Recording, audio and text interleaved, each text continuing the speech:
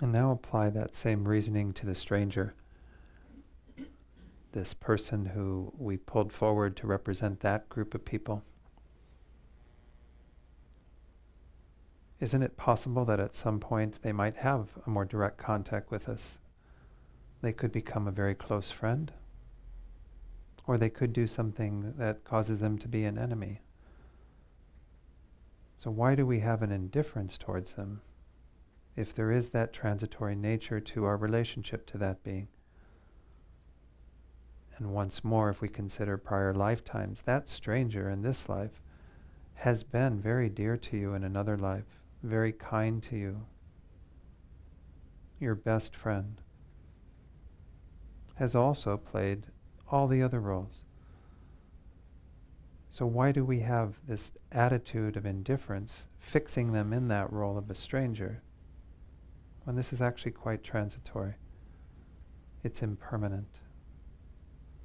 To spend a minute or so reflecting on the stranger in this way and see if it loosens up the sort of blind indifference that you have towards them.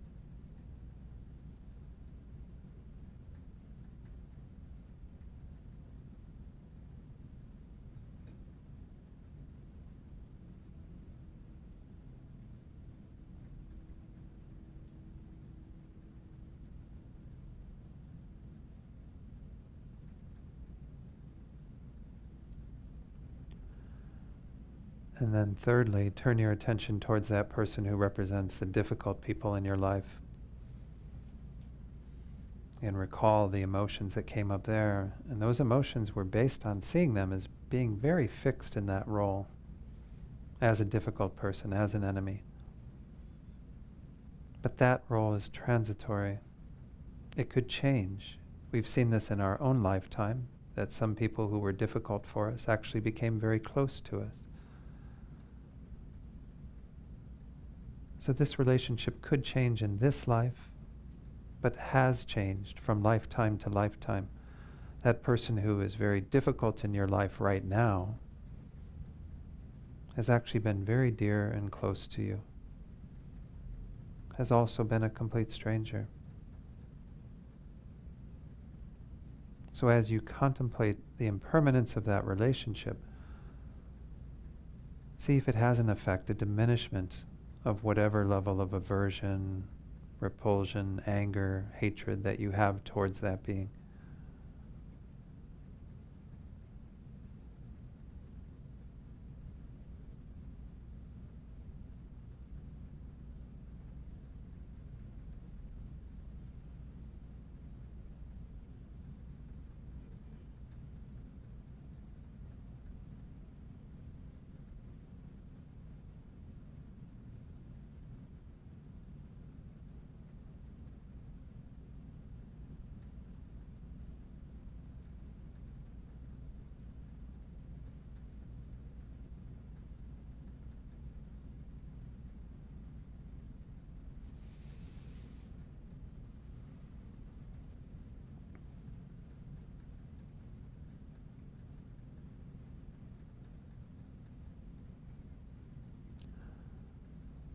And just to test your development of equanimity, kind of pull back and observe all three of these beings together, the friend, the stranger, the difficult person.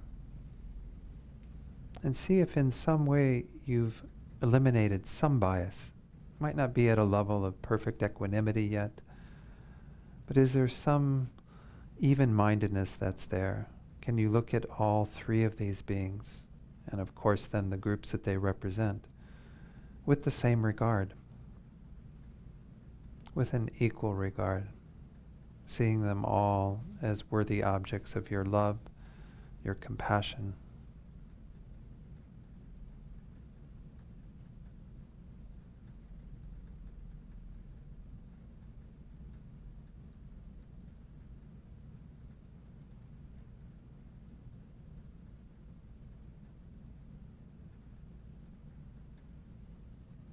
And then we'll try on the second reason for looking at beings with this equal regard, which is the fact that there's differing perspectives of each of them.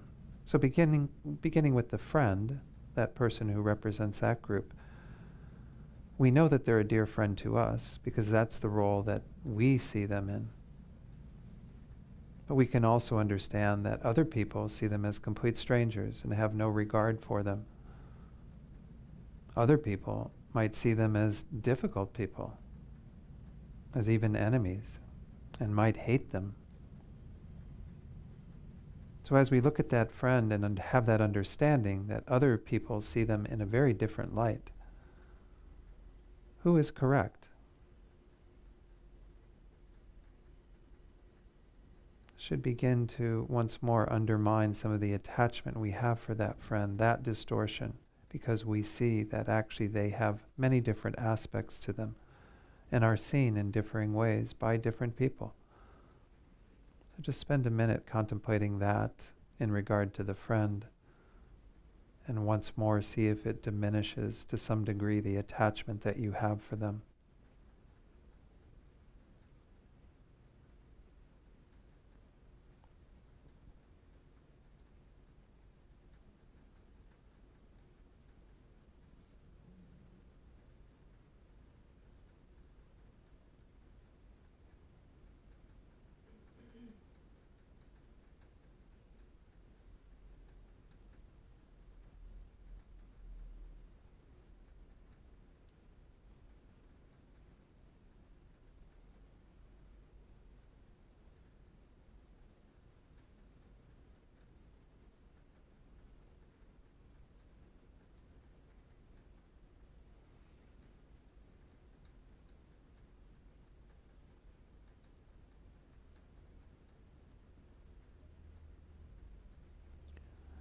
And then move your attention to the second person, the stranger, and do a similar exercise. There are people who love that stranger, who find them to be their dearest friend. There are people who find that stranger to be their worst enemy. And to you, there's the appearance of simply a stranger, someone you don't know, don't have contact with. Because of these differing perspectives, is there a valid basis for our indifference, our blind indifference towards that person, that being? Reflect in this way and see if you can diminish some of that lack of regard.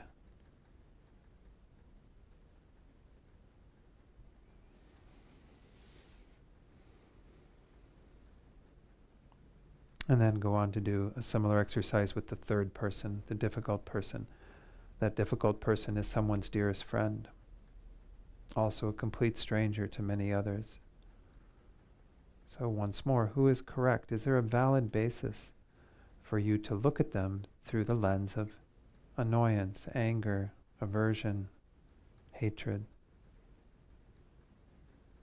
See if introducing this idea helps to diminish whatever level of aversion you have towards that being.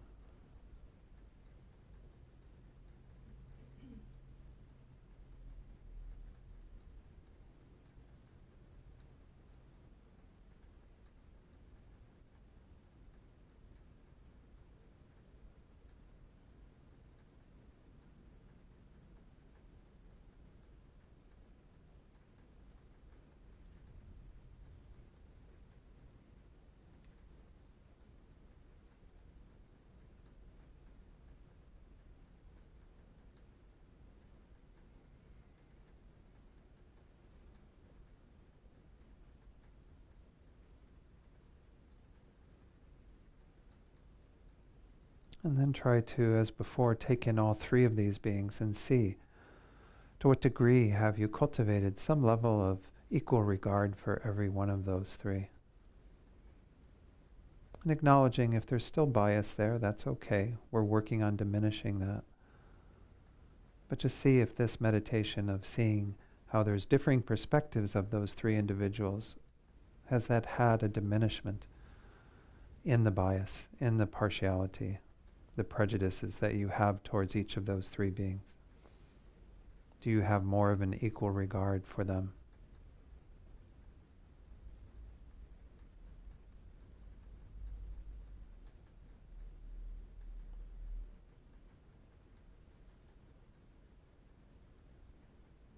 On this last part, we're going to do, for brevity, just in taking in all three of these individuals, and you can just work with them, one at a time on your own, but try to see the ways that those three individuals, and therefore all the beings that are in the groups that they represent, are the same.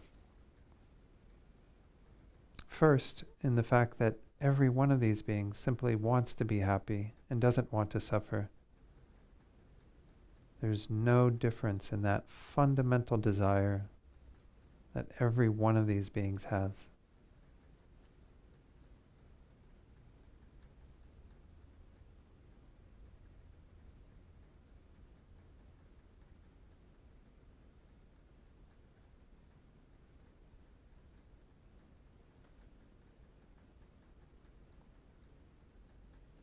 And then secondly, the fact that every one of them has a mind that has both positive and negative qualities, just like your own.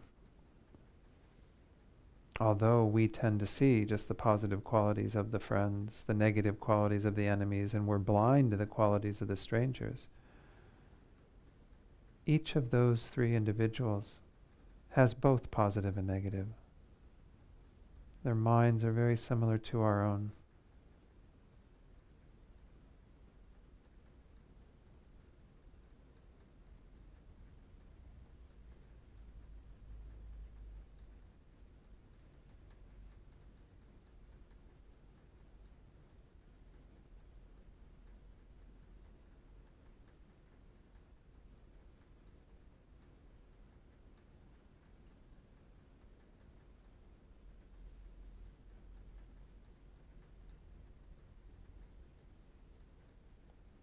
And lastly, we can also see them as the same in terms of their fundamental potential.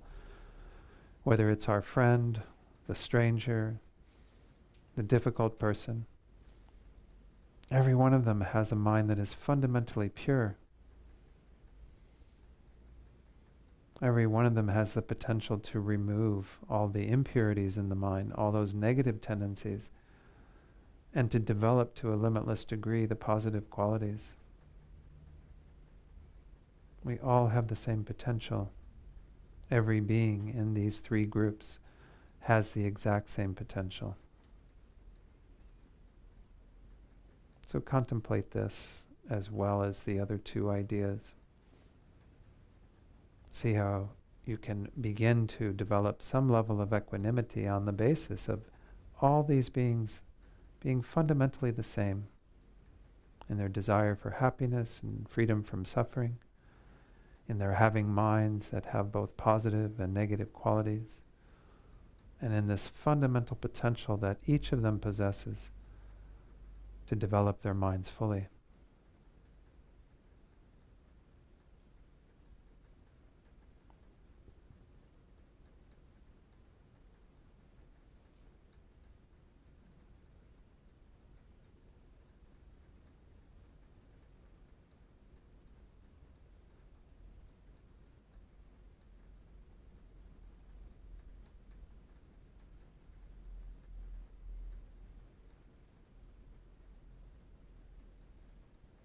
And then here too, check in with what level of equanimity you have for these three individuals and the groups that they represent. Whatever taste you have of that even-mindedness, just acknowledge that and see that this is something wholesome and good that you would like to have yourself in that complete form, but that you would also like all sentient beings to possess. As I mentioned last night, how wonderful the world would be if beings were free from these 3 distorting attitudes, free from all hatred, attachment, all blind indifference. If every being in every realm of existence, especially this world, were to have an equal concern and regard for all other beings,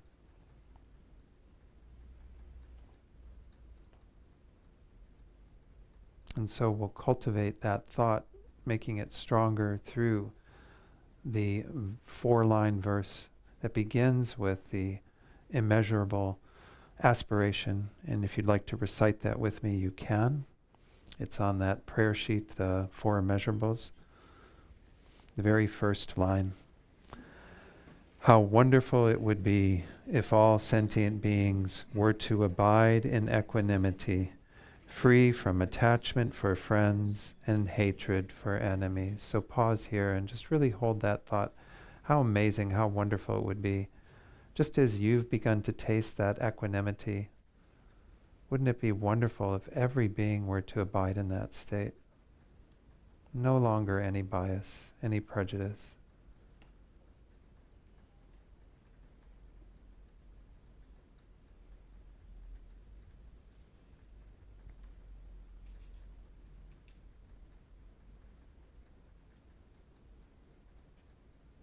And then to make this stronger, as if you were a ruler making a decree, we recite the next line. May they abide in equanimity. So here we kind of have that immeasurable prayer. May this come to pass. May this not just be a thought of how wonderful it would be, some sort of aspiration, but may this actually come to pass. May every being abide in equanimity. And hold that thought and feel it very deeply in your heart.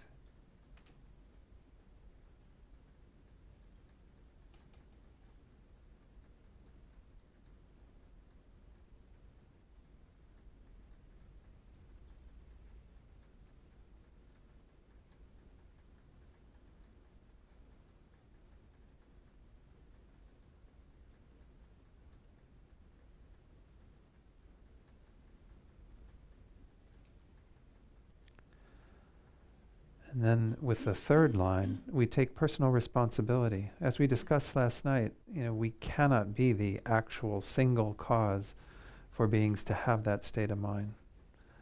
But nonetheless, we can take that on and do what we can to develop our own qualities all the way to Buddhahood, to be able to help others to cultivate this mind of equanimity. So let's say this third line with that kind of courage and commitment that each of us possesses to some degree to achieving this goal of helping all sentient beings in this way.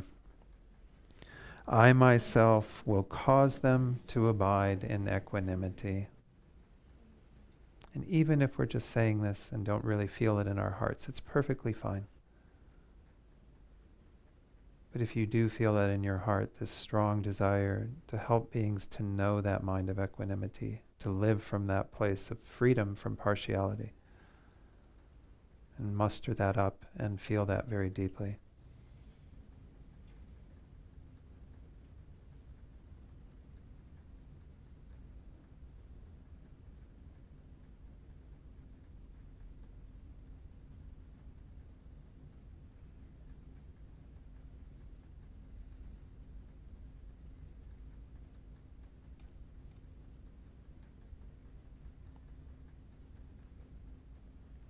And then you can visualize in the space above you the Buddha of compassion, forearm Chenrezig, that simpler form. His first right hand and first left hand are holding a wish-fulfilling jewel at his heart. His second left hand is holding an open lotus, and his second right hand is holding a crystal rosary. He's seated in the Vajra position on a lotus and moon seat above you. And he embodies all 4 of these qualities that we're trying to cultivate. White in color with a peaceful smile. And even if you can't visualize, you can simply imagine that you have this energy that represents the culmination of all these qualities in the state of Buddhahood. And you're seeking the inspiration and blessings to be able to accomplish this, recognizing that we don't yet have these perfected. As we recite this last line at the end, you can feel rays of light and nectar descending down, entering through the crown of your head and blessing your own mind, so you can actually achieve this. Please, Guru Deity, grant me blessings to be able to do so. And feel the blessings of Chenrezig, who is the same essence as your own Guru.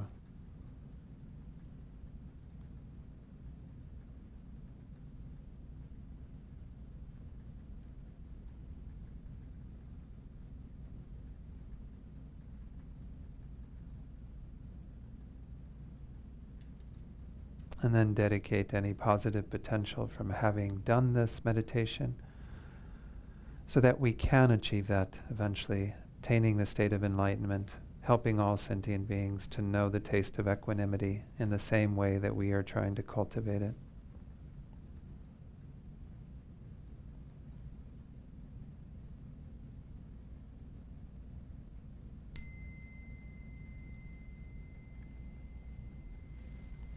Okay. So let me see if there's any questions from the meditation, and then we're going to do a short break, because the 2.5-hour session is a bit long, but yes, wait for the microphone, and then we'll...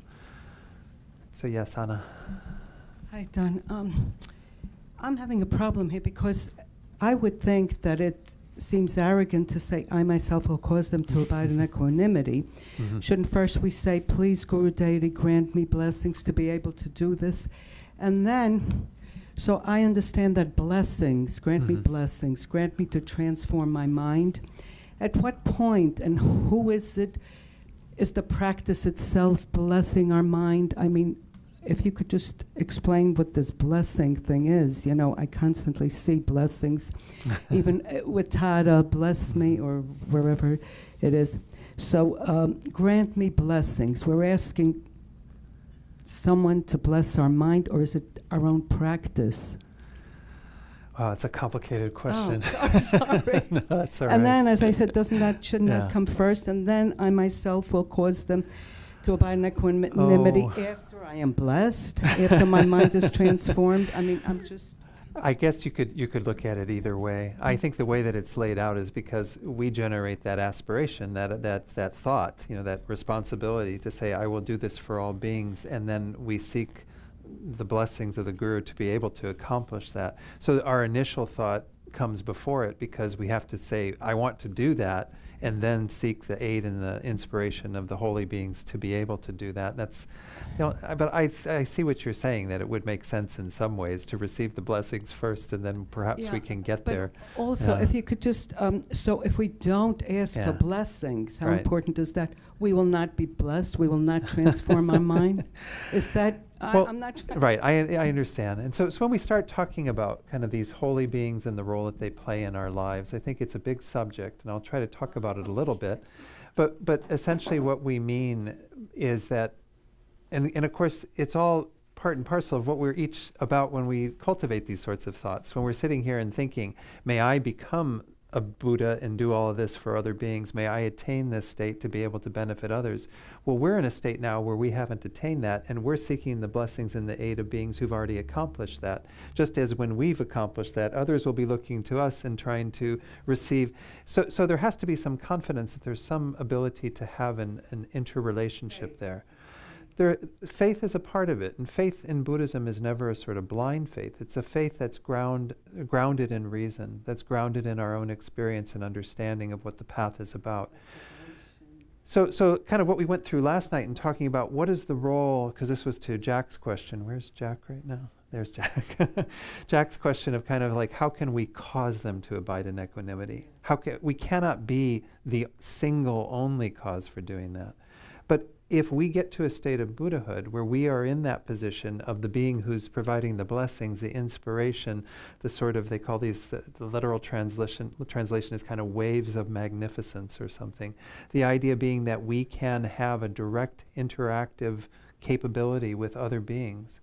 Then what we're seeking by making these aspirations is that we will have that come to fruition, that we'll actually be in the position where we can benefit others to that degree by being able to be in their lives, connect with them in real form, and inspire them through the teachings that we are able to give them. Yeah, I think it's, from our side, we're reaching, I mean, the beings who've achieved that state, who are sort of out there, who are pervading everywhere, because we can say that the Buddha's minds, the omniscient minds of all enlightened beings, are pervading all of time and space. We're never without that kind of being there. That we have the potential to tap into that, to be able to benefit from that. His Holiness the Dalai Lama in one teaching actually said, going back to faith, that if we use the analogy of a radio antenna, of course now these analogies are all getting to be kind of a bit dated. People don't listen to radio so much, but you know, I guess satellite radio, it's a similar thing, right? You've got waves, right? You need an antenna. You need something, a conductor, to be able to receive those waves, right? If they're all here, I mean, the FM waves are all going through us right now, without a doubt. If we had a radio antenna up, we could hear what's being broadcast. Well, the antenna that we need to have up in order to receive all of that is our antenna of faith. And faith in Buddhism, sometimes I do a whole little class on faith, because faith in Buddhism does have a different flavor than the way that we talk about faith in other spiritual traditions. At least I grew up Roman Catholic. It's very different from how faith was taught there, because faith is very much grounded in reason and in our own confidence and conviction that we develop in the teachings on the basis of an understanding, on the basis of our getting in there and working with them. So it's not something where we have a blind faith. So it's kind of a mutual process. You have the Buddhas at that state where they've fully attained that, and they're just radiating out, just like the sun is radiating out light rays all the time. This radiation is always there. Will we receive it or not? It depends on the work that we do. So some beings are not capable of receiving the blessings of the Buddhas, the inspiration, the guidance of the Buddhas, simply because they haven't created the causes from their own side. So every time that we recite a verse like this, or do a practice with a green tar or any of these holy beings that represent particular qualities that we want to cultivate ourselves, it's like we're opening up ourselves up to be able to receive their help and inspiration, as like to do that in tandem. Because we're not doing it solely by ourselves, nor are we solely relying upon the Buddhas, that the Buddhas are going to do it for us. Rather, it's a mutual relationship. And so blessings and inspiration are really kind of that way in which we open ourselves up to being able to be under the influence and guidance of those beings. You know, we're asking for their help. Exactly. And that's what they're there for. And that's what they're there for. That just like we want to be there for others in this way, the aspiration that we're making, you know, may we be the cause for them to be free from suffering and to have happiness and so on. All those beings made those same prayers as us, with those same aspirations, develop their mind to that degree so that they're in that position to best benefit us. Now, of course, in the Tibetan Buddhist tradition, we often talk about the guru as being the medium through which all of that comes, because the guru is a physical form that we can relate to. The lamas and gurus are these beings who we see in that role of being the kind of conduit through which all of the energies of the Buddhas come and are received by us. And of course, at the more ultimate level, we see them as actually being enlightened beings, Buddhas who are manifesting in that form. Lama Zopa Rinpoche, in one teaching he gave on guru devotion, said that he used the analogy of a well, a very deep well, very dark and dank, and we're sort of in the bottom of the well. This is where we are, you know. We're in the darkness of samsara, of this conditioned existence. And the Buddhas are up on top, in the light, in the wonderful fresh air of Buddhahood. Well, they need a way to get to us. And how they get to us is through the rope that is the guru. So they throw the rope down, you know, and it's up to us to hold on to the rope and work our way up, right? But we need the guru to hold on to. So there's an interrelationship there. There's the Buddhas, the enlightened beings, our own, you know, conditioned state, and the gurus being the way that the Buddhas are able to help us to be free from samsara. But the gurus, again, don't have the ability, just like the Buddhas don't have the ability to simply sweep us up out of the dark, dank well of samsara. Rather, we have to hold on to that. That's our faith and our conviction through our practice to continue to get up to the same state of Buddhahood that the gurus are a manifestation of. Yeah. They want to help, like Tada's ready to lead. Absolutely. And this is the thing, is like from our side, we need to create that. This is a very important part of our practice. And that's why a lot of these devotional practices, devotion once more is a loaded word when we come from other spiritual traditions. Devotion is about aligning ourselves with that energy. That energy is there waiting for us to seek its assistance and aid, and we have to put ourselves in the best position to benefit from that. Is that why joy is so important? Because when you're joyful, Yeah. you're like, wow. You just Yeah, we'll talk about that with be joy joyful, tomorrow huh? morning. Yeah. in Tada, joy at every stance is joy, joy. That's another thing. Yeah. People Yeah. in the West here, we don't know what joy is. Well, I agree with you. There's a wonderful book that I teach on sometimes by His Holiness and Archbishop Desmond Tutu called The Book of Joy. You may have read it, but it's really about kind of all these various practices that help us to be more in a joyful state. I mean, the Buddhas are in a joyful state. Look at His Holiness and look at all these amazing beings, you know, Lama Zopa Rinpoche. They're never like miserable. Yeah. I think so. I mean, we see that as like a really positive force. Having that joy in our hearts is transformative. It allows us to have some sort of fundamental energy behind everything that we're doing. That's why even joy is part of what we call joyous effort in the Mahayana path, that we want to be bringing this sort of exuberance to everything that we do. Everything goes so much easier when we have that. You know, if it's drudgery, you know, then we're doing it wrong, I think. You know. Yeah, thanks for that question, Anna. Yeah, Andre. Well, I hate to be a downer after talking about joy, but you're going to be. Yeah, because it's a question that I get quite a bit. It's a question that comes to my mind as well when I'm doing a meditation like this, and that is that, you know, it's like, you know, friend, enemy, stranger. It's like with the enemy, the difficult ones in our life, that becomes really, really personal. Right. Yeah, we could say, okay, yeah, maybe this guy is this person is not this way with everyone. Maybe this person is good to other people, but it's not good to me. You know, and we take it very personally. It's very hard for us to actually to really have some kind of compassion and wishing them well and so forth. It's really hard. Because that's when it becomes really, really real, and that's when these practices become really, really real, and we got to really look, well, should I forgive this person, for example? I get this a lot about forgiveness, and people say, well, why should I forgive him? You know, he's not good to me. He did this to me. He hurt me, you know. And so I wonder if you could speak on that a little bit, how to get to that place with and not take it so personally, because it's kind of hard not to.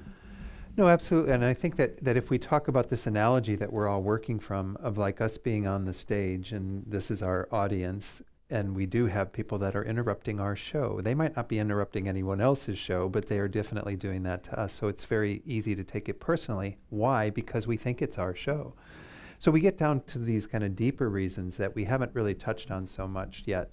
We're going to get into them more when we talk about love and compassion, because that's when we're really challenged in terms of not just having an equal regard for those beings, but actually opening our hearts to them. What's it like to say we really care about the happiness and want the happiness of our enemies and want them to be free from suffering? That's where it becomes even more challenging.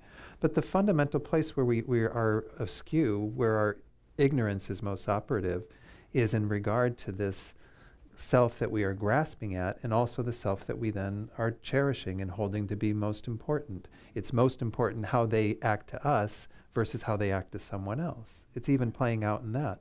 You know, so any time that we have this distortion going on of self-centeredness and of self-grasping and holding tightly to this fictitious self that we think is here. Again, there is a self that exists, but this idea of a self that we've created that isn't here at all. Once we have that operative, then we're going to fall into those same types of patterns. And it's going to be, our bias is going to be to always see things through the lens of how others affect us. So the deeper work that we have to do, frequently in Buddhism we talk about the wisdom wing and the compassion wing, a bird needing 2 wings in order to fly. And this weekend we're mostly talking about the compassion wing. We're mostly talking about how do I create all of these sorts of wonderful qualities that are like the fuel in the tank that help you to get there. But you need to have the wisdom wing too. Because if you don't start addressing these distortions that are happening at the deeper level, the way that we're grasping at that self, and then again being quite primarily concerned about that sense of self, we're not going to be able to do this other work fully either. And we're not going to touch on that as much this weekend simply because we're mostly working with kind of the compassion wing or the method wing, it's sometimes called, all those things that inform our heart. Whereas this is more of a head wing. This is more of how do we actually get in there and deconstruct this strong sense of self that we're adhering to. And maybe I'll touch on that if I have a little bit of time this weekend. So obviously what you're bringing up is rooted in the idea that we are going to still have that lens of whatever it is that we're experiencing affected by our self-centeredness, affected by our self-grasping. And we're going to continue to have a bias that sees things through the lens of how others affect us. And so it can be hard to overcome some of that bias without doing deeper work and deconstructing that self. But we can still, in my estimation, do something to bring it down to at least an equal regard. And then as we go into love and compassion, begin to test some of that, particularly that self-centeredness, that self-cherishing that is at the root of so much of our bias and so much of our keeping our hearts closed to others. Yeah. So something we'll explore. Did you have your hand up? Yeah. Yes. Yeah. What's your name? Regarding Adriana. Adriana. Yes. Regarding what you were saying, it's very easy to, when you have a difficult person or you've been in difficult situations, to feel, justified to say, well, I didn't do anything, to you, like, why do you behave this way, or why did you try to kill me or hit me or spit in my face, or countless things that other people can do, and feel entitled, to retaliate or be upset, angry, feel injustice and all these things. To me, what after coming to the center for a couple of years or maybe a year, and doing these practices, like meditating and compassion and rejoicing, at some point something shifted and I was able to look at the perpetrator, if you want to call it, in a different way, like that person is suffering. Obviously, I am not doing anything purposefully to create, anger or, to create that negative response toward me. I am not doing that consciously right now. And obviously, whatever it's going on with that person has nothing to do with me. So that happened to me. And when I had that shift, I was able to not be upset, not be angry, not be, trying to retaliate or, engage in like, oh, no, my way, your way, this or that, so because I was like, well, I was just sitting here and I was very happy, like, why do I have to feel miserable now? Because you just, had a rough day or whatever, like I don't know, you just didn't wake up, in a happy place. So I was like, no, I'm not. I was able to do that. But it was after, I don't know what was it really, but there was that shift. And in these days, regarding, this whole equanimity thing, my perspective or my idea of friends and also enemies has also shifted. Like, I don't feel that much expectations from people that I consider friendly to me. Right. You know, I do notice that I do things unconsciously to get certain response. You know, like because I am craving certain response. But you know, when I realized that, I was like, oh, maybe I'll do it, but with a different intention. Mm-hmm. You know, and with the enemies is the same. Like, I am able to do that separation. You know, they are suffering and all these things. The difficulty I'm having is with the so-called neutrals. Mm.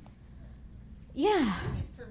No, I mean, it used to be like that before, but currently the strangers are no longer strangers to me because of the state, you know, that the political state, the mental state pervading everywhere.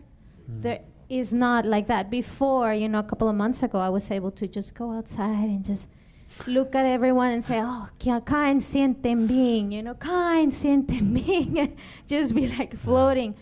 But, you know, I've been having a lot of problem. I don't see strangers anymore. Mm-hmm. I don't. It's, you know, particularly when you are on the receiving end, you know.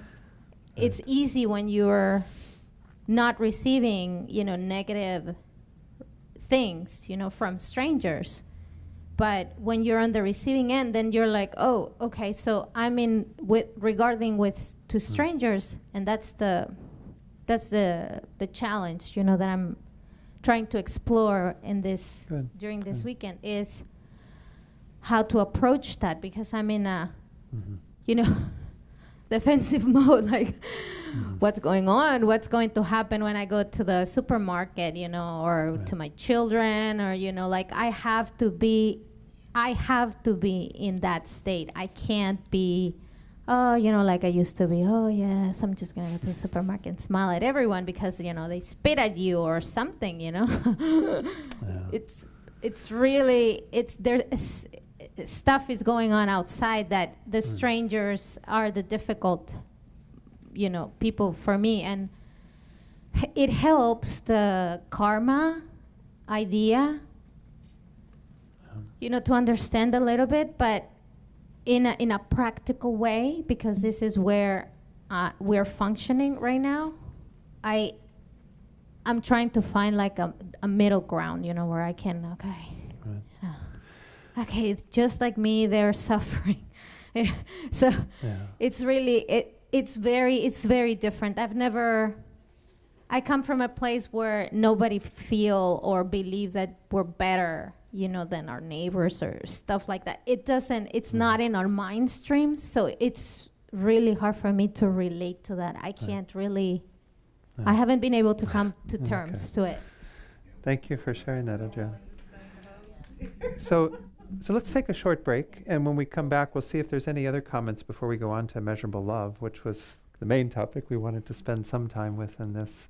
So let's take it just like 10 minutes, if that's possible. I usually say 10, and then it ends up being 15. But if I say 15, it'll end up being 20. So 10 minutes.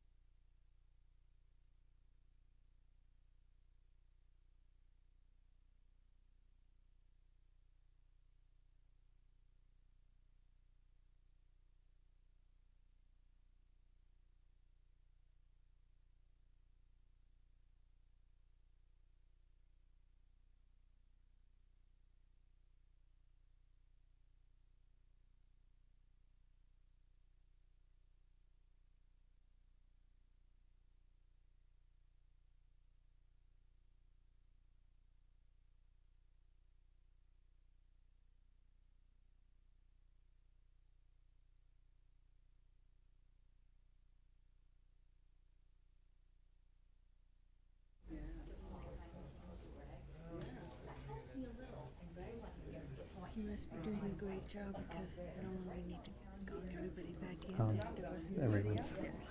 Okay, good.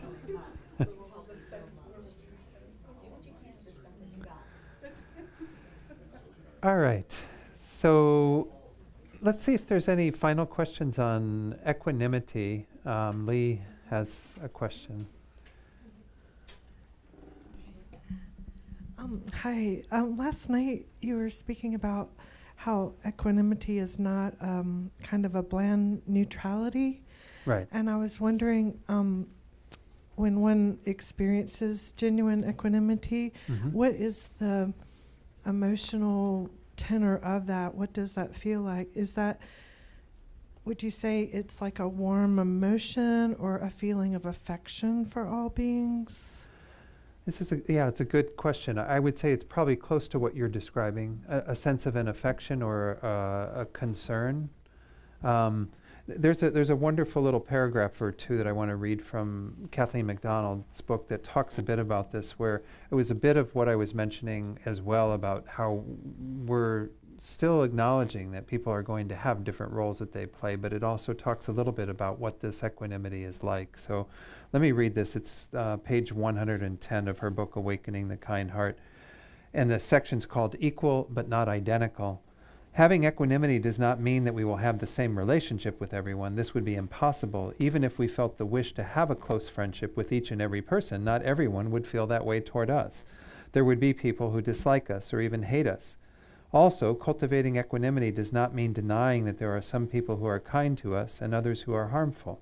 What it means is changing our attitudes, learning to stop differentiating between those we like and wish to help, those we dislike and do not want to help, and maybe even want to harm, and those we don't care about. Our mind-heart is open to everyone equally. So this is the idea of again, that we're not redefining the groups that these beings are in, but we have an open-hearted quality to every one of them. And then the analogy that she uses to describe what that's like, that gets to what your question is, Lee. A good analogy for the state of mind we're trying to develop is that of a doctor. Robbie can tell us about that, right? He or she treats all patients equally, whether they are wealthy or poor, attractive or unattractive, a criminal or a law-abiding citizen, male or female, young or old, of the same religion or political party or a different one. Similarly, a person with equanimity has an open heart to all beings, seeing all beings as equally deserving of one's love, compassion, and concern. So, does it help? Does that help you too, Lee? Because what we're really talking about is just you would look upon sentient beings with the same regard. So whether that's your dearest friend in the front row or the person who's the most annoying person in your life, you can still have an open heart towards them. You can still say, I will be equally concerned for your welfare. And then, of course, the welfare comes in the next two immeasurables when we talk about placing beings in happiness and the causes of happiness, and placing them in freedom from suffering and the causes of suffering. So, yeah, Lee, did you have something more? Yeah. Thank you. Is there kind of an emotional feeling in that, like a real affection or a real feeling of warmth, or it's more of just sort of a way of thinking? I would say that there is a warmth. There should be a warmth. An attitude of equanimity should make one feel with that open-heartedness that we're in touch with that. We're going to talk about this when we get more into those that have a stronger emotion to them, like love and compassion, where we can actually feel maybe a bit more of an opening of the heart. Pema Chodron talks about how her teacher, Chogyam Trungpa Rinpoche, used to call this the soft spot. And we all have kind of this soft spot that is armored to some degree. And we probably live our lives with a lot of armoring around it and don't frequently break all of that away. These meditations are to help us to be able to be in that soft spot continually and to be okay with that, even though that is a very vulnerable place to be as well, to have the courage and the strength to be coming from that place of this soft spot. So this is an analogy again, and a way of describing kind of what we're trying to work on, and this is a place of warmth. It does have some vulnerability, as I said, as well. So it can be a place. Someone asked me during the break to talk about fear. Diane asked, and I think fear is definitely something that comes up when we have some vulnerability. And the relationships that we have with enemies and difficult people is one where fear frequently arises, because that's when we feel most vulnerable, when others are in that position of harming us or attacking us. So fear is definitely a possible emotion that we can have when we start opening up our hearts to some degree, or even just being in the presence of those who are potentially going to harm us. But fear is a whole topic. I mean, that I appreciate Diane's question, but I'll touch on it here and there. Maybe when we talk about compassion in particular, when we start talking about the vulnerability that comes, that is a part of having a real empathic concern for another, that we need to be in touch with in order to generate compassion more genuinely. But so I would say, back to your question, yes, it is. It should feel warm. It should feel like an openness, like we're kind of beginning to get in touch with that soft spot. Yeah, Denise. I was just going to offer the word connection. You know, maybe it's about connection as an emotional tone. Yeah.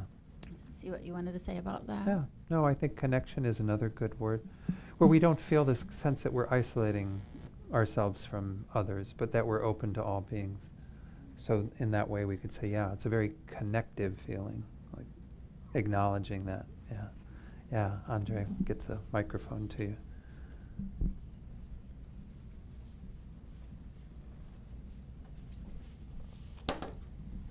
This is more of a thought, or less than a question or anything like that. But it seems to me that what we want to do with this practice and with these relationships, like with our friends, we want to be able to continue those relationships if it's possible. You know, to really and build on those relationships with our friends. It seems like to me, like with the ones that we label as enemy, we want to do whatever we can, if it's possible, to change that relationship, to do what we can to make that person begin to not make, but help that person to begin to see us differently and begin to like us, maybe, or want to be around us, and not be so troublesome for us. You know, I think about Robert Thurman and his book Infinite Life, and when we think about past lives and how we meet these people before and we will meet them again. And Robert Thurman said that if you want to have good parents, you want to have good relatives, you better treat everybody that you meet now with love and kindness, something like that, you know. And so I think about that. I really want to have good parents my next lifetime, you know. So it's like, and I know that anyone here, anyone out there, anywhere, could be that stranger, that person I label enemy now, could be my father or my mother in my next life. And so do everything I can now to try to change that dynamic. No, I agree with you. I think that there is a need to be attentive to all these relationships. That's why we're cultivating these four measurables, is so that they do start playing out in our kind heart being active in the world around us and our relationships with whoever we meet. Nonetheless, there will be relationships that we simply can't change. To what Kathleen McDonald was saying in that paragraph, there are going to be some people who, the view that they have karmically, that they've created of us, is that we're awful people. And no matter what we do, no matter how kind we are, no matter how generous we are, no matter what we do, we're not going to be able to change that.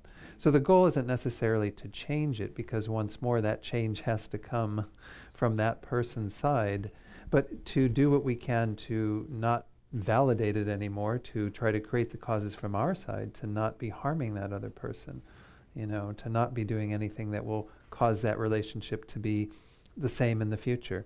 But the way it's ripened now sometimes is impossible to overcome, you know. So yeah, this is part of the process, is acknowledging that we don't have control over everything either. And then being okay with that. Yeah, exactly. Right? I mean, one way, and of course this is all revolving around karma, revolving around, again, karmically, we've created those beings in our lives. And Pema Chodron, I quote her a lot because she's also a teacher that I've never had personal contact with, but I love her writings and her teachings. And she, paraphrasing a bit of what she says, but she essentially says, karma is life giving you the lessons you need to learn. So we've created that difficult person. That difficult person's in our life for a reason. And if the main lesson we have to get is not create the causes to have that again. You know, and it's because fundamentally, just like all beings, we don't want to suffer. We don't want to be in those bad situations. But once more, to do that with a bigger attitude as well, that we would also want all beings to not be in those suffering situations, not be solely focused on me needing to get out of this what I can, but rather also recognizing that if I treat that difficult person harmfully and do things that just agitate them more and more, I'm only getting deeper and deeper bound up with them karmically and causing them to create the same patterns that will keep them in that stuck situation. That's why having the knowledge of karma, and that as an operative principle, is so important in our path. It plays into all of these things that we're talking about. It plays into almost every teaching. I think it was Venerable Dundrup, Neil Houston, who mentioned that in his, I think it's the video for Discovering Buddhism for Karma, that he feels that it's the most important teaching of the Buddha. And at some level you can say that that's very true, because cause and effect is the most operative principle that we have to tend to. If we want various effects in our lives, we want various results. These are all about achieving the result of an open heart, a kind heart, and Buddhahood eventually. Well, then we have to create the causes for them. We have to be very attentive to that. So, good. Any other? Yeah, Christine. Yeah, you said something that made me think of something. I'm probably jumping the gun up a couple sections, but I'll forget if I don't ask now. You started yesterday with a quote from the Dalai Lama about compassion not being related to race or tribe, but it should be thought of as part of the human family. Well, I wanted to find that exact quote and where the source was. I couldn't find it, but I found it paraphrased in several articles, and a lot of them mentioned, and also on the Dalai Lama's website, about the difference, how important it is to know the difference between empathy and compassion. I found several different articles about, you just mentioned empathy. Are you going to touch on that at all? Yes. Yeah, I'll touch on that when we get to compassion. Okay, good. Because I that think was it is really interesting to me. Yeah. Because I always think of empathy as being good, and that was kind of like, Well, empathy is good. It's good, but if taken. But yeah. There was a warning there. Even the Dalai Lama was warning a little bit. What I'm going to touch on is actually a teaching Denise attended the FDCW course that I did out in California. That is a program that we're hoping will really take off at some point, the Art of Fulfillment. And in that course, we talk about balanced empathy. So what His Holiness is talking about, I think, is empathy where it's not so balanced, or where we actually could go astray because we're not staying in tune with what empathy really is about, kind of keeping it in that balanced domain. I'm going to touch on that a little bit if I've got time, but yeah. I just want to touch on what Andre said. I just don't want to be reborn again, period. Join the club. But yeah. At the same time, no, I appreciate that. And I think, again, that's really the mind that precedes bodhicitta. When we talk about our spiritual path in terms of the 3 stages of the Lam Rem, or the 3 levels of capacity, even at the second level, we're still quite focused on ourselves and developing that heartfelt mind we call renunciation, which is, I've had enough of it. I renounce suffering and the causes of suffering, and we're going to be exploring suffering when we look at compassion. But the idea is that we have to get to that place where staying in samsara for another second is, as Rinpoche says, like the thought of using used toilet paper, or as Venerable Rabina said, eating your own vomit. I mean, something really repulsive. You have to get to that place where it's so repulsive that you would stay in samsara for one more second to get that mind really at that deep level. Of course, it doesn't stop there, because then we go on to say, but I will endure the sufferings of samsara for the sake of sentient beings, for the sake of others. So it's not complete when we get it just to renunciation. We have to go on to that additional thought that we're not alone in our suffering. That's the Mahayana. Yeah, absolutely.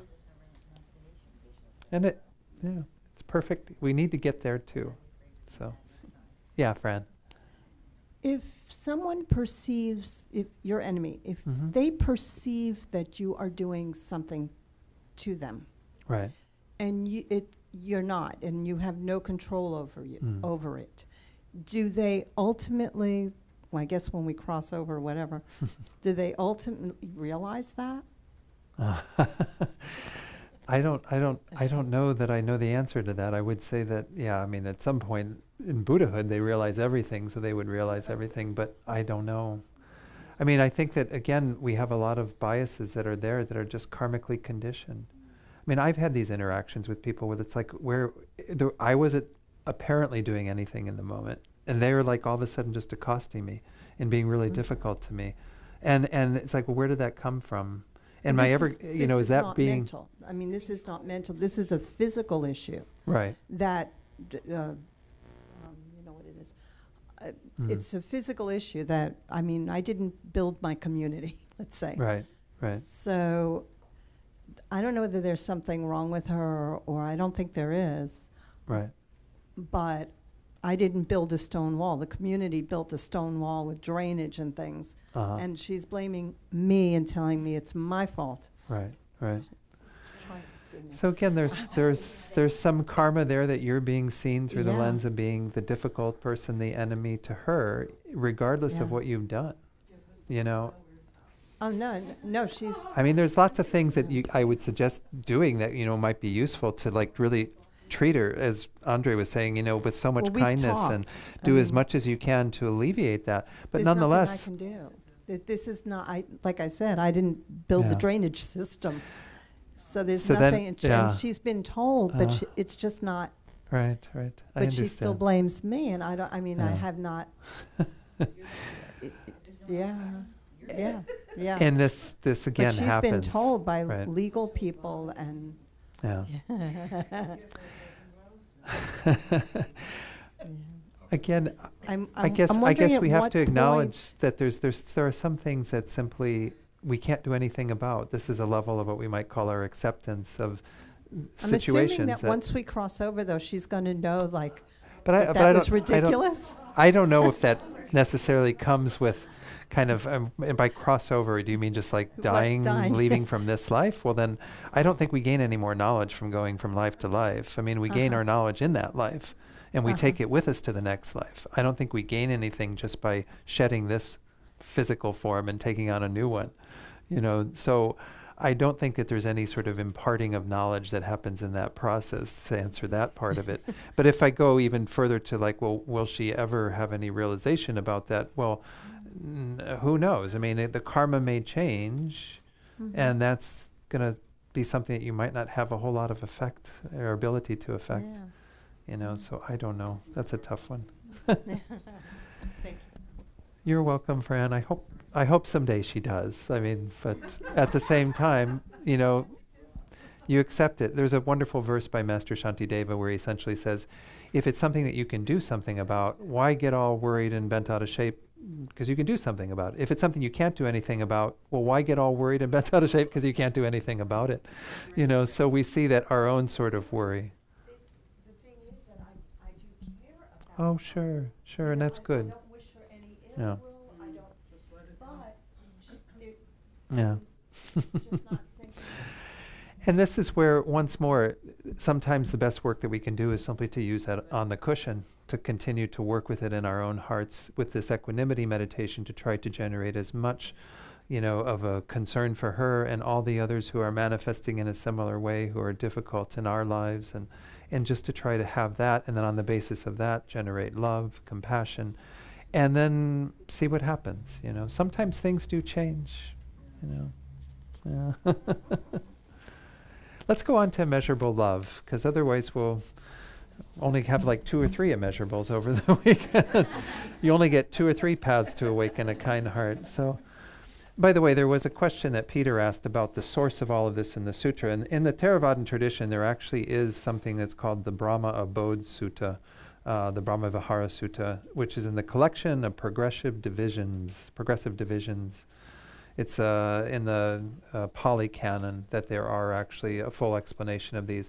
But the only one that I understand that really gets its kind of full explanation is love, immeasurable love, which is in the Metta Sutta, which is an exposition of loving kindness that is relied upon heavily in the Theravadan tradition.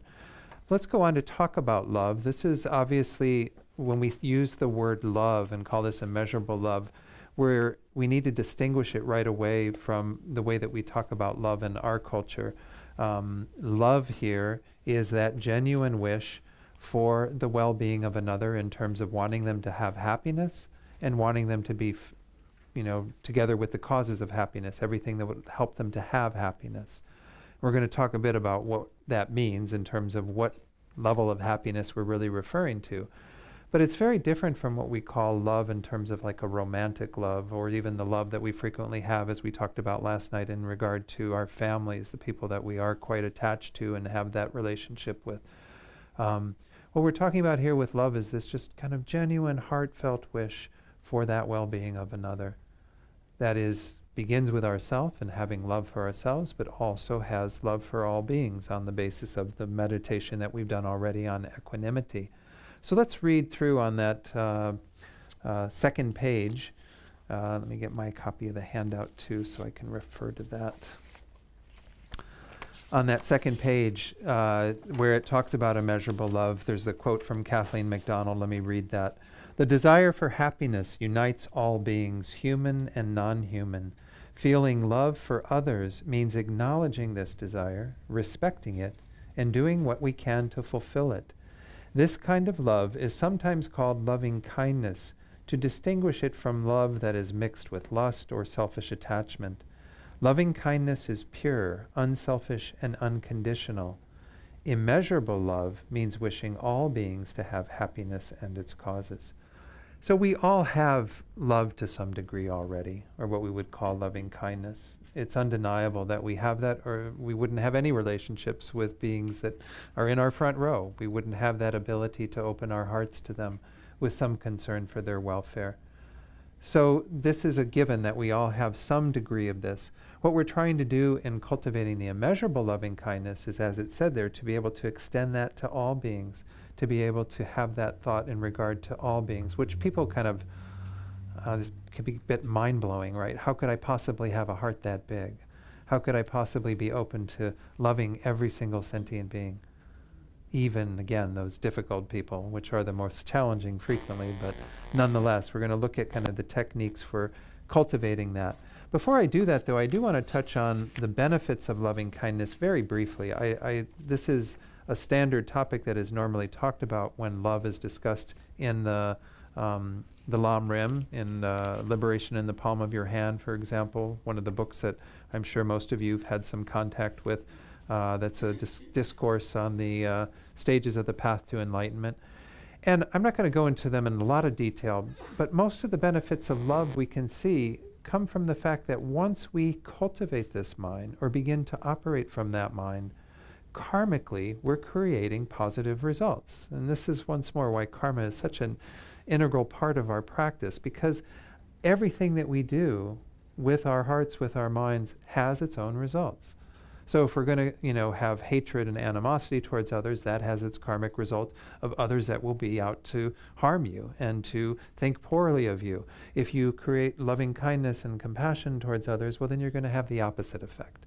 You're going to have beings who want to protect you, who actually have love and concern for you. So some of the benefits, for example, are that gods, humans, even non-humans will come to love and protect you.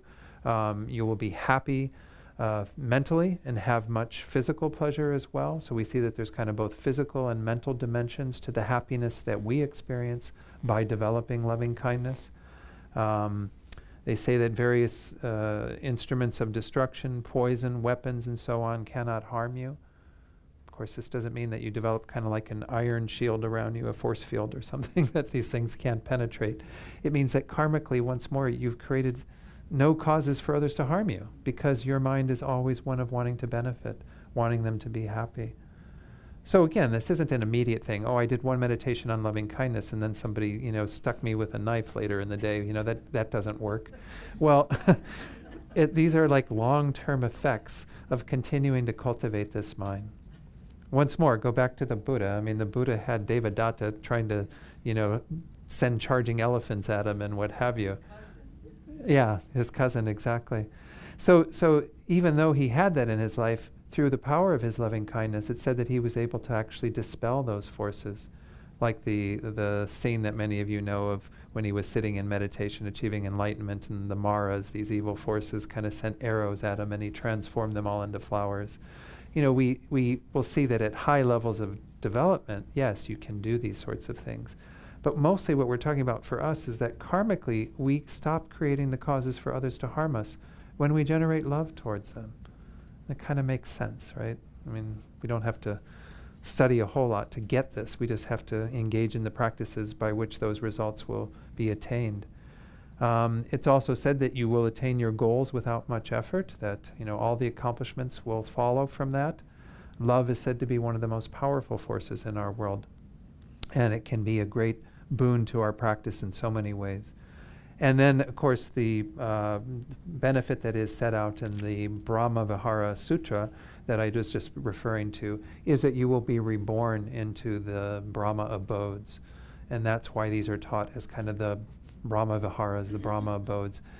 What they mean by that is that there are actually these realms of existence that are part of the form realm, where they call them the Brahma abodes, where you can actually be reborn there through the force of your concentration and your development of these four immeasurable thoughts. That's not the goal that we're attaining by virtue of that, or that we want to attain, because we want to keep directing these into bodhicitta. That's why the last topic I'm going to talk about is how these four immeasurables fit into our development of bodhicitta. So it's not like we want to achieve these great, more blissful states of existence. They say that these form realm gods don't have any of the gross suffering that we have. Instead, they live in very pleasurable states, but it's only temporary. They fall from that state once the karma to be reborn there is exhausted. So it's not a final result that we're aiming for, is to be reborn in these Brahma abodes, but nonetheless that can have that benefit. And of course, the final Brahma abode, if you will, is highest state of enlightenment. This kind of what transcends all of this is the ability that we have to become fully enlightened through the force of our love, through the force of our compassion, and so on. Just so you know, similar benefits we could say are there for compassion as well, but they are generally set out in regard to love, because love, again, is a very powerful force, as we see. Nonetheless, compassion does have its kind of equal power, if not greater power at times. So let me talk a little bit more. Kathleen McDonald goes into other benefits from cultivating love, but I don't know that I need to spend so much time talking about those. It's better that we spend some time actually getting into understanding what this mind is and practicing it. And once more, having an intellectual understanding isn't the goal. It's not like we can, answer the test and say exactly what loving kindness is. It's better to feel it in your heart. So that's why we're going to spend more time actually cultivating it. It is important to talk about what we mean by true happiness, though, because when we're sitting there and holding a thought for even just one person, or even ourselves, to have happiness and the causes of happiness, it's important to discern what we really mean by that. Are we talking about us having all measures of happiness, everything that we include in that category of happiness? And also, what are the real causes of what we're actually defining as true happiness? So why this can come up is, for example, we do know that there is this unfortunate thing in our world in German. It's called Schadenfreude, which is taking delight or having happiness at the misfortune of others. I remember even after 9/11, they had these photographs of bin Laden and gang sitting around some table somewhere watching what was unfolding on 9/11, and them being very happy and joyful that their plan had come to that fruition. So we're not talking about that measure of happiness at all, right? We don't want others to have the happiness that takes delight in someone else's misery. That's a given to some degree, but I think it's important to touch on so that when we wish for others to be happy, it's not like we wish for someone who is president at the moment to have everything go their way necessarily, because if that causes suffering to others, then we don't want them to have that happiness that would ensue from them having their political promises come to fruition or whatever. You see what I'm saying? Again, those of you might be Trump supporters in the room, and if you are, that's fine, but just know that could hold for Obama as well. It could hold for anybody who is a presidential candidate who is doing things that you think are harmful to others. So, yeah, Christine. I've been disturbed by seeing those kind of things on social media. Yeah, yeah. And the worst part is they call it karma, like go karma. Yeah, yeah. Person. And I'm like, oh, really? So Christine's point was, that we do see this a lot in social media, and people kind of even attributing it to their karmic consequences and being glad that somebody's kind of facing that. mean, this is one of the worst misunderstandings we can have of karma, of kind of thinking that it's everybody kind of getting their due and us being kind of glad about it. It should be producing the exact opposite result, that we should be generating more love and compassion for beings because we see that they are, through the force of their own ignorance of karma, as well as the deeper ignorance that they're operating from, creating the causes of their own suffering, of their own misfortune, of them being unable to attain happiness. So every time that, we see somebody suffering, don't take delight in it, no matter who it is. Rather see it as a potential opening for us to start looking at them through the lens of compassion or loving kindness. So love is certainly not wishing for the happiness that takes delight in the suffering of others. It's also, to some degree, not ultimately wanting the happiness that is just temporal. Nonetheless, we do see that temporal happiness, having enough food on the plate, having a roof over your head, having a car to be able to drive where you want to go, having all these things that we call sort of our temporal comforts, it's not that we don't want them to be there for people, because we do understand that people are better capable of opening up to a spiritual path and being kinder to others when they do have those things in their lives. Not to say that that's an absolute, because many people, and myself can testify to this with the travels I've done to Nepal, that in many of the countries where they don't have all the physical luxuries that we have in this country, people seem to be happier there without all those things, whereas in this country, even with all those things, people are generally not that happy. So be careful what we wish for when we're wishing for people to have these temporal happinesses, because they're not the answer to everything, Nonetheless, like I said, some measure of physical comfort and having those things in our lives is an important thing to acknowledge. That's a part of that happiness. But if we stop there, as I said, that's not good enough, because those are not the causes of real happiness. Everything that we have in that category, as we're going to see when we look at suffering as well, is unsatisfactory. It's not capable of fully satisfying beings. It doesn't have the potential to sustain that, and it doesn't completely remove that wish for happiness. That wish for happiness is still going to be there after all these temporal pleasures. Even after the most delicious, wonderful meal, it's not like it's with you all the time. It's not like you're able to continue to experience that pleasure. It's gone, and then you have to go after it again in order to recreate it. So when we are making this wish for the happiness of others, we can say to some degree we want them to have temporal well-being, simply because it is a good thing to have, to be able to use as a platform for further development of our hearts and our minds. But it is not the final solution. Instead, what we want is what we would call ultimate happiness, which is the happiness that is there when we are able to attain these more ultimate states, what we call liberation and enlightenment. And I want to distinguish what those two terms are, just so that everyone's clear, because sometimes we use enlightenment just as a category for everything. In this tradition, when we say liberation, we are really talking about an individual's freedom from what is blocking them from some measure of peace and happiness. So this is what's blocking us essentially from what we call nirvana. When an individual attains nirvana, they abide in a state of a pacified mind, a mind that's no longer disturbed, and therefore is experiencing that kind of peace that is something that we've never known in our lives. We have little maybe glimpses of it here and there. Sometimes in nature, we even have kind of an ability to be in nature and feel this overwhelming sense of just an inner joy or an inner well-being that's not conditioned in any way. But what we're talking about with nirvana is something that we've never really tasted, that's only a small reflection of. So when we are wishing for others to be happy, it starts with wanting that more ultimate level of happiness that we could call liberation, a freedom from all the disturbing states of mind, a peace that one can abide in that is eternal, that will continue on forever, that's not conditioned in that way. The deeper level of happiness that we're wishing for all beings, of course, is enlightenment. And this is the state that is taught and practiced within the Mahayana tradition that we're all about here at Kadampa Center and all these other FPMT centers and all the other Mahayana traditions, Zen Buddhism, Korean Buddhism, Thich Nhat Hanh, his tradition of Vietnamese Buddhism, Chinese Buddhism, Chan Buddhism, all of those are driving towards this greater state of well-being that we call enlightenment, which is when we have not only done the work of removing our own disturbing stuff, but we have gone on to remove the subtler obscurations in our mind that are what are keeping us from having the full potential of our minds realized. So what that's like, I mean, who knows? They always talk about it as the most blissful, joyful state of Buddhahood.